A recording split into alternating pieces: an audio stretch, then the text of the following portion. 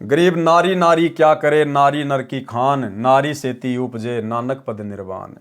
भावार्थ, नारी नारी के पीछे क्यों पड़े हो, नारी तो नर की खान है। खान का भावार्थ है कि 100 पुत्रों को जन्म एक नारी ने दिया है।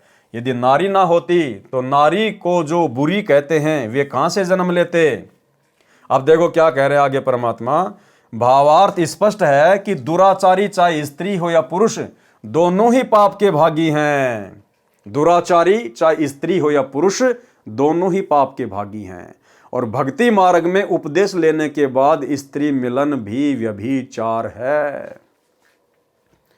यदि भक्ति करते हैं तो उनके पाप क्षमा हो जाते हैं।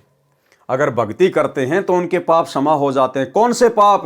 नाम उपदेश लेने से पहले आपने जो भी दुराचार किए, जो भी कुकर्म किए, वो परमात्मा साफ कर देता है। उपदेश लेने के बाद यदि आप फिर से उन्हीं कुकर्मों में लिप्त हो जाओगे तो भाई वो परमात्मा कैसे धोएगा।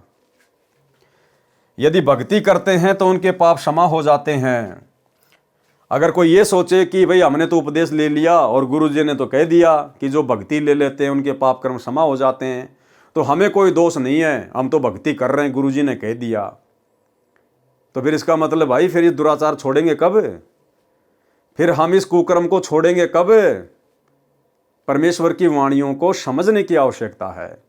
सतगुरु से उपदेश लेने के बाद स्त्री मिलन दुराचार की श्रेणी में आता है।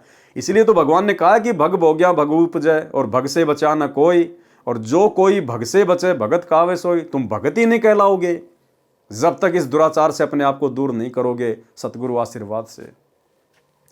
यदि भक्ति करते हैं तो उनके पाप क्षमा हो जाते हैं। सत्संग, विचारों तथा भक्ति के प्रभाव से विकार समाप्त हो जाते हैं। कबीर परमेश्वर जी ने कहा है कि यदि आप किसी व्यक्ति को इस कारण से गंदा मानते हो कि उसने किसी परनारी से संबंध किया है, अब देखो निचोड़ दे रहे हैं परमात्मा कि कोई ये समझे कि भाई ये तो दूसरों की औरतों के साथ में दुराचार करता है इसलिए ये गंदा है या फिर ये गंदी है। परमात्मा कहते हैं तुम जो अपनी के साथ में कर रहे हो ना, वो क्या है?